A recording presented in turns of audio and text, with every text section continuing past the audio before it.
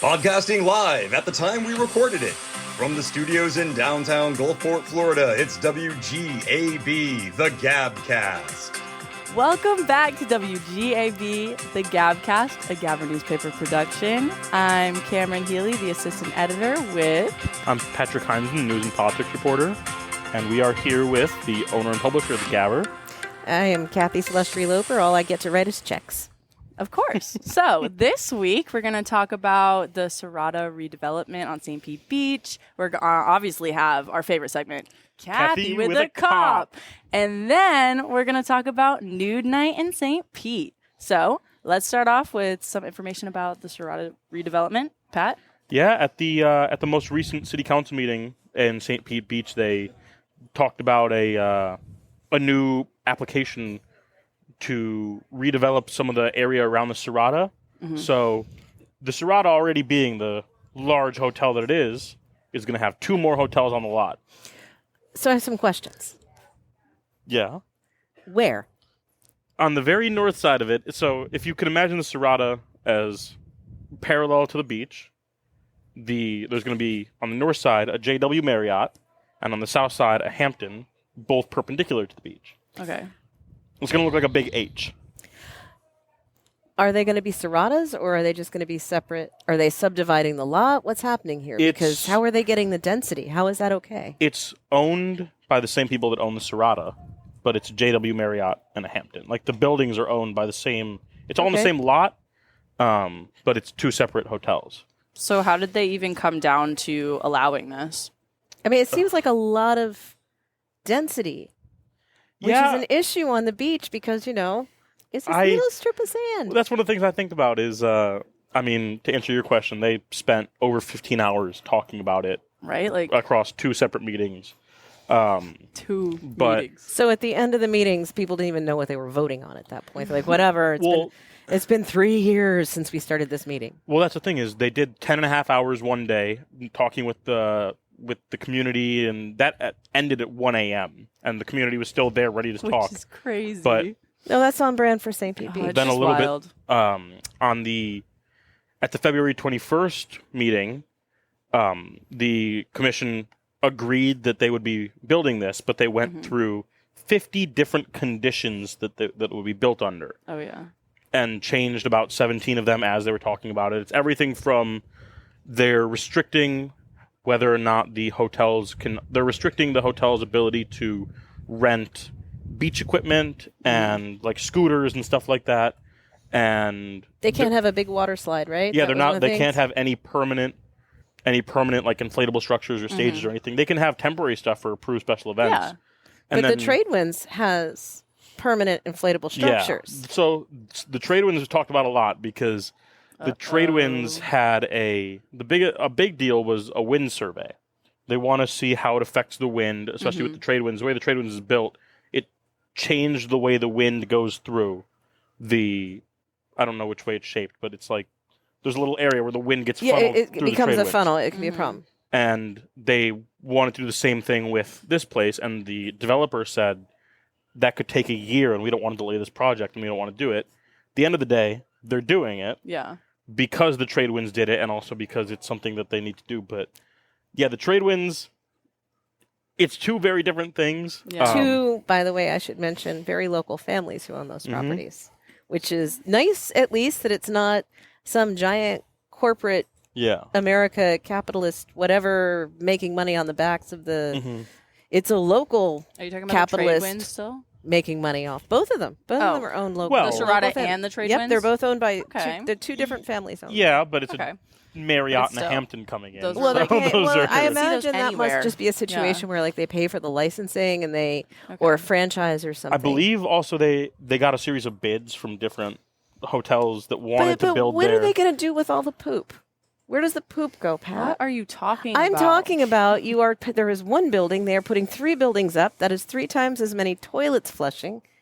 I mean... So you're worried about poop going into the ocean? No, I'm think worried they even talked about that. They were talking about like waste, like water waste and stuff. That's a problem because they sell they buy their water treatment. They send their sewage to St. Petersburg. Or Pinellas County. No, I'm sorry, they're Pinellas County. Let's go. Are the Pinellas County facilities up to handling that influx of.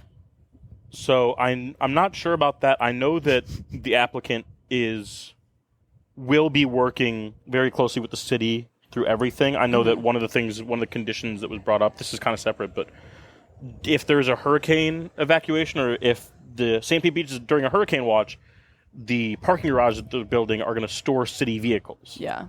So there's stuff like that where they will be working very closely with the city. The city is going to make sure that... Is this like the first parking garage on St. Pete Beach? I don't think I've seen one that's a legit parking garage. There are parking garages. Hotel Zamora has a parking garage. Mm-hmm. Okay. That was redeveloped after the lawsuits ended. So that's the thing you have to realize is that St. Pete Beach has a comprehensive plan, which is like your guidebook for managing growth and allegedly.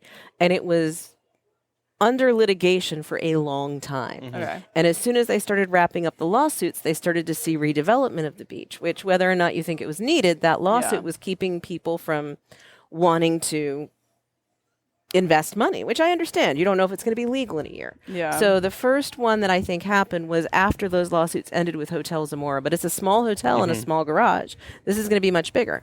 Yeah. This is double that. Are they increasing law enforcement? With more people coming? I mean, three times the people on this one property. Are they going to get another deputy? I didn't see anything about that in the conditions. It's a lot of drunk people from Michigan. No disrespect to Michigan. But that is a lot of No, I mean that's spring break. I mean I'm sure when the police chief comes on the podcast in a minute, he can talk about how great it is when your city goes from a population of 12 to 5 million. So. I know that one of the words been thrown around a lot by the community and also by the commissioners is responsible redevelopment or stuff like that. And yeah, I mean, to an extent, to me, it's like, how much land is there really left in St. Pete Beach to develop? None. Exactly. It's like, where are you finding? I know it's the lot, but how are you finding the space to build 2 new hotels in an overcrowded area on a small island with very little land? But we're not biased. We have no opinion on this, right? No, it's a hard thing when you look at it. The state of Florida actually has a law in the books that says if you cannot prove the infrastructure is in place to handle the increase in density, you should not get the building permit. But that law has been ignored pretty much ever since it was passed. But yeah, I feel like because of that concern, that's why it took so long. It took what you said, 15 hours. 15 hours of discussion. Yeah, that's why people have a lot to say and think about, and I only saw a tiny bit of the commission meeting. Yeah. But you didn't watch it all with popcorn and a bottle of wine? No, actually, I was at a game night with my friends. Okay. And so that was our fun game night. We played cards and watched the commission meeting. So y'all are weird. I know. But I remember watching it and it was just one of those things. It's like they kept showing I had visuals, to rewatch.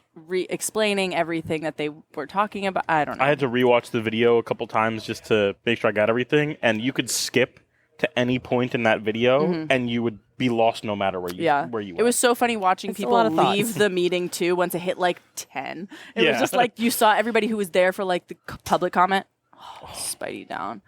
And it was just funny. But yeah, I definitely think it was obviously a long discussion. I was surprised that it worked out the way that they were hoping, the developers. Well, I think that from what I understand, it shocks me. The developers, it's developing. I know that they're not very happy with a lot of conditions because, like I said, the wind study could delay it a year, 8 months to a year. So that's a big deal, but it's happening. It's being put in. It's a conditional usage permit, so there's a lot that goes into that. And I'm sure that all in all, it's going to bring a lot of more people to St. Pete Beach. It's probably going to be more affordable than staying at the Sirata, staying at the Hampton on the same property. Stuff like that. You're going to get beach access. There's, I believe both of them actually have a rooftop area with a stage they're approved for amplified music on the roof and stuff like that. So it could be cool. There's new places to stay in St. Pete Beach and new things on the way. Yeah. It'll be exciting. But you know what I'm really excited for? I know what you're really excited for because I'm excited for the exact same thing. Cathy with a cop. Why are you so excited about this? We will be right back. Did you know, in 1968, our founder, George Brand, started the Gabber newspaper, then called the Gulfport Gabber, to hold Gulfport City Council accountable.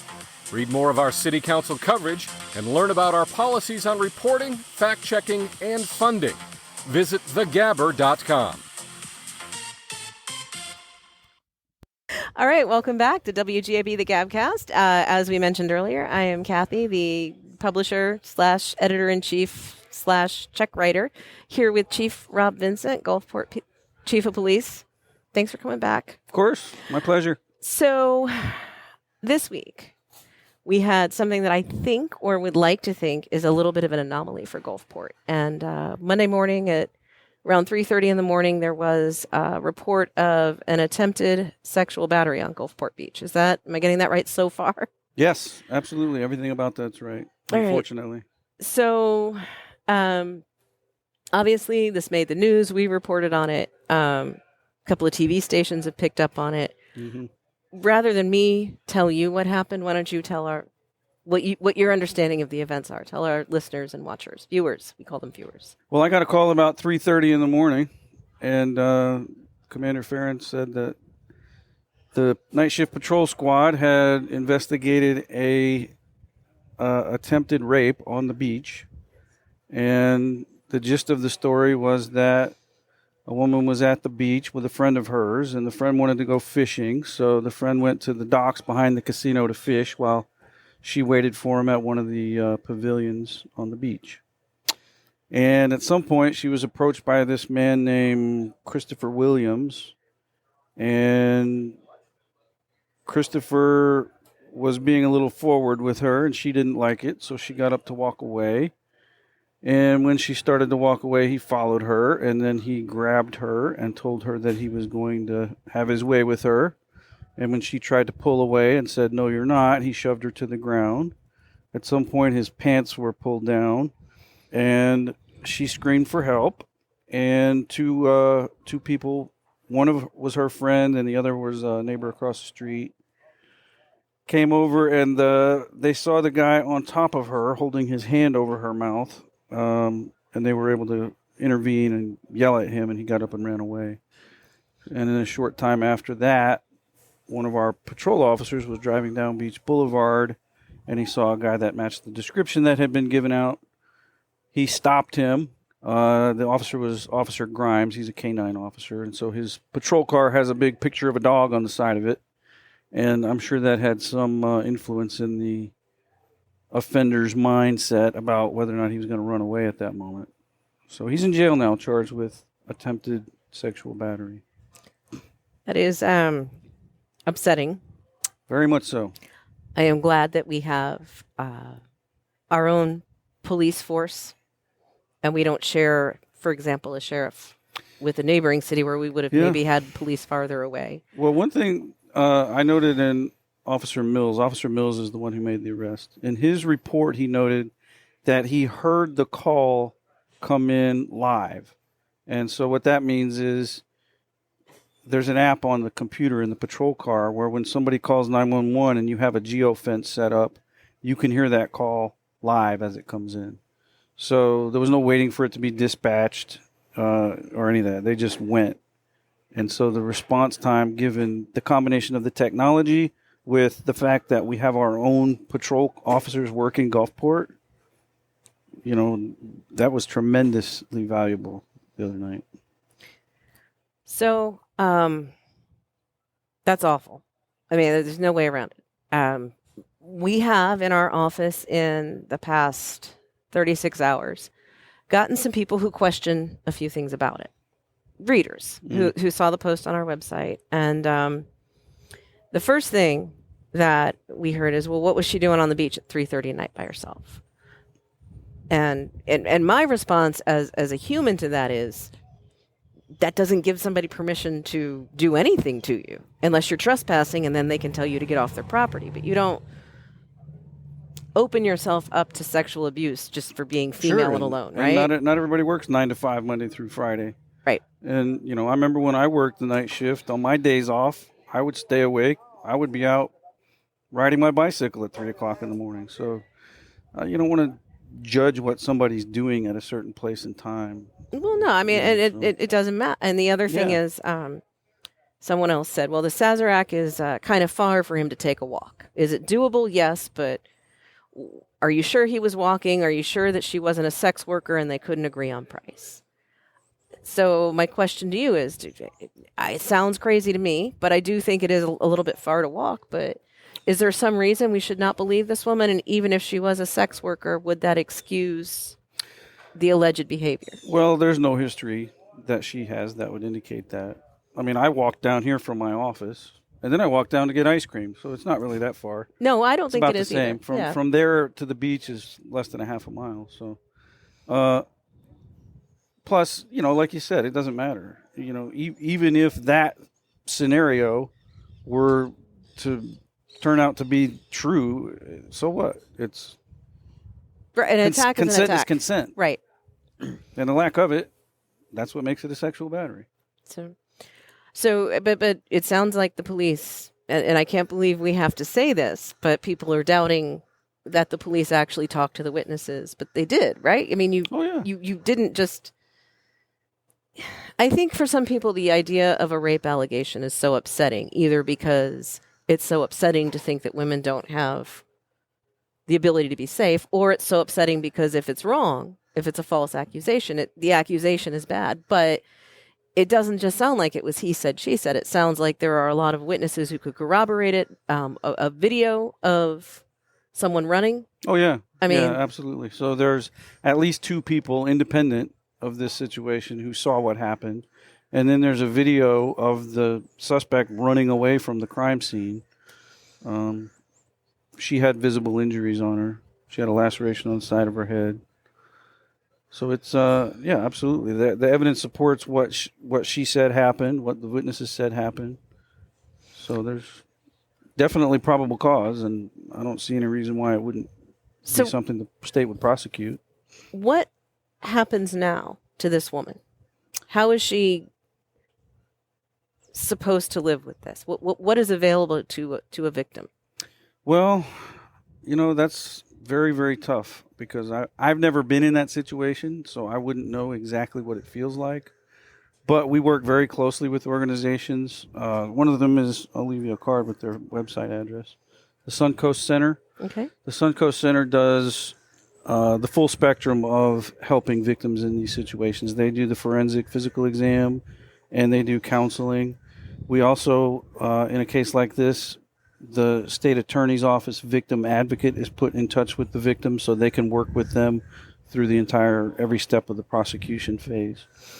So all those bases are covered, but obviously, it requires input and the willingness to want help from the victim. So we'll put her in touch with the right people.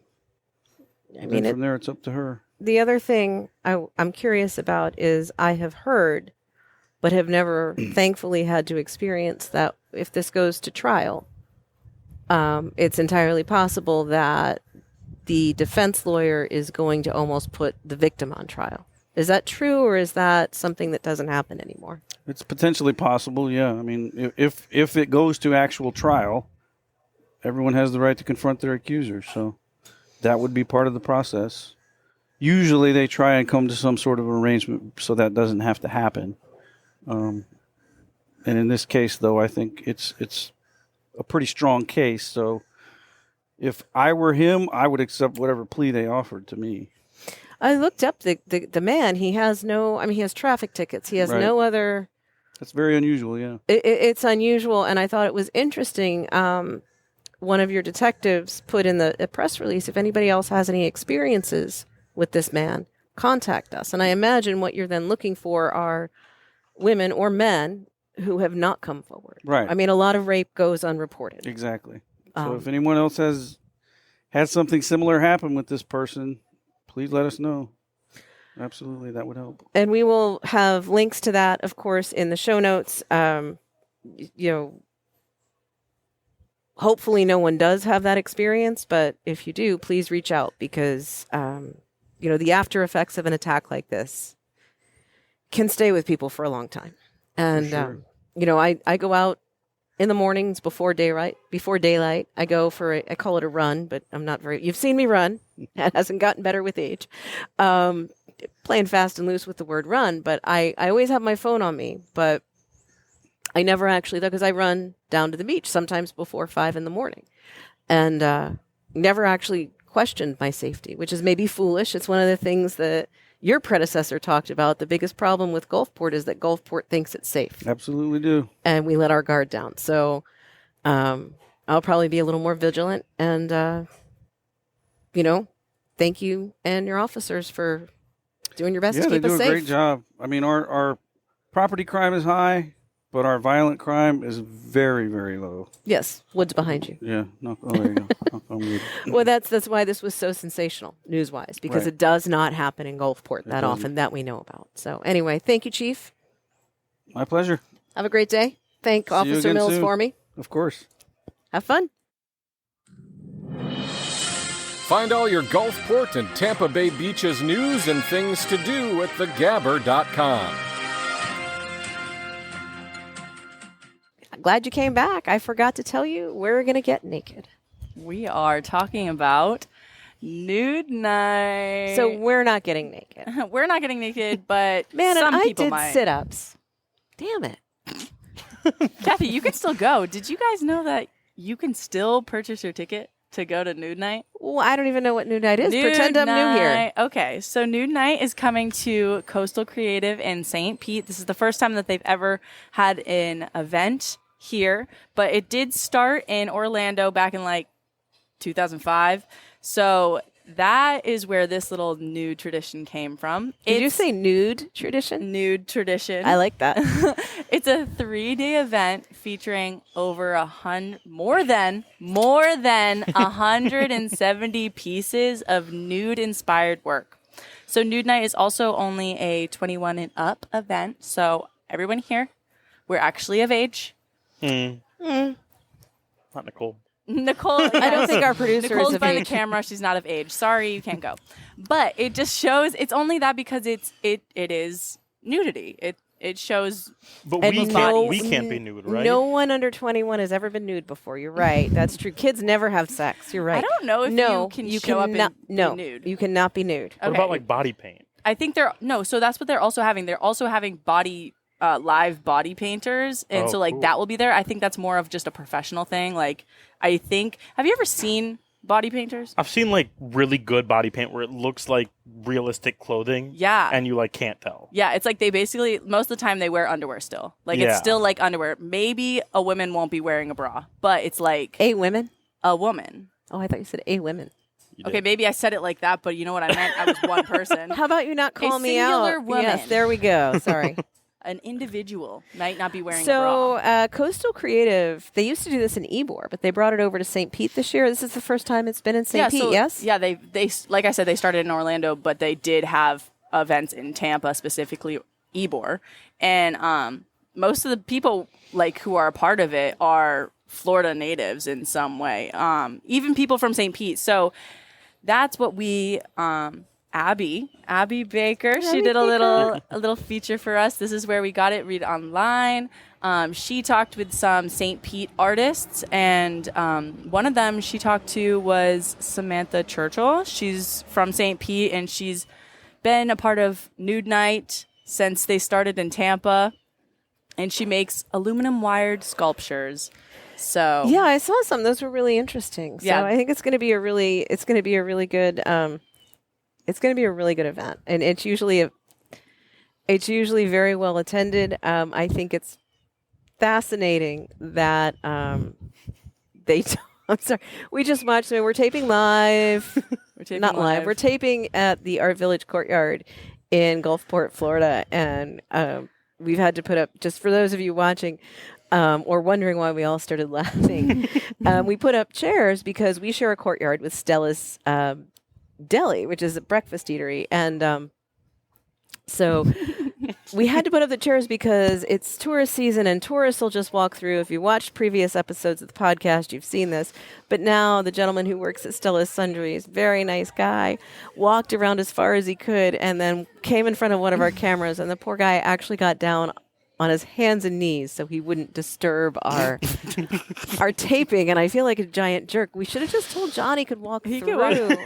Okay, so that anyway, happened. Back to nudity. Sorry, we're here with Back to nudity, to the actual important stuff. What I was saying before we almost limboed was that I find it really interesting that, and this was the case years ago when I first covered, I've never been, but I've written previews of Nude Nite, and they would say, well, no DSLR cameras, unless you're media. Oh, okay, yeah. But they can't say you're not going to. And so now they accept that cell phones are in. And my point is, cell phone technology, especially on some of the newer iPhones, is almost as good, if not better.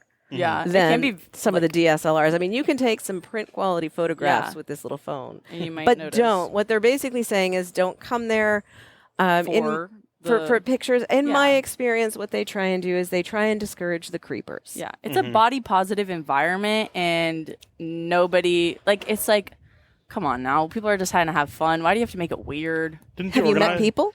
I'm just saying those people. Didn't the organizer say something about how it's not like a deviant thing? Oh like, no, it's that's just about that's art. what I was gonna get to is Samantha. She even said that. She said for all of the newbies, she was like, don't be turned off by this. This is just nude art. People might be worried it's going to be some deviant situation, but I always tell everybody it's just a good time. That's what she said, quote unquote. And They I work think that's hard. just like it's like these people. It's just a form of art, and if you can accept it as that and see it as that, then please go. But if you're gonna go to be like hee hee ha ha and then also be a creep, don't. That's just So this all comes back to our, I want to say puritanical, but really Puritans were kind of jerks. So not puritanical, but it comes back to this heavily Christian influence on society that just being nude is sexual. yeah. I mean, if we did this all the time, if we had a nude night every week, it would be like art walk in Gulfport, right? Clothing is a social construct. I mean, it's What just is? clothing. no, it is. I mean, we didn't So start Why that did we way. allow this? I don't know, but I like your T-shirt. Thank you. So don't make it weird. Anyways, Cathy, you're the one who made it weird. Anyway, Holy crap. Oh my gosh. Okay, so anyways, yeah, Nude Nite is not a weird thing. It like Abby starts off her story with this wouldn't be the first time that St. Pete has said let's get naked. People just it's very nudity is I mean, it's not uncommon, and sometimes it is a little conservative to ask people to wear clothes more and to not be as naked. But it's also Gulfport, St. Pete, I feel like it's a very freeing environment here. well, and I like that we're moving away from just sexualizing the idea of being like I can't tell you the number of times growing up I heard, because I developed early. And I can't tell you the number of times I heard as a middle schooler, "Oh, you can't wear that. The boys will act inappropriately." Oh, it's like, well, it's not my job to Not make my sure fault. your shitty kid's being good. No. But yeah, I mean, I know as a mom just trying to protect you, right? That's what they say. But maybe if we did this more, we did more nude nights, if we did more body positive stuff, people would realize that it's not sexual. I mean, it's not. There's a difference between appreciating the beauty of nudity and appropriately. sexualizing. Yes, objectifying people. That's I mean, and there's a difference between being naked in your bedroom with an intimate partner and being at an art event that celebrates a body image. And you know what? If you're a creeper, just don't go. This is not the event for you. Go find a bar.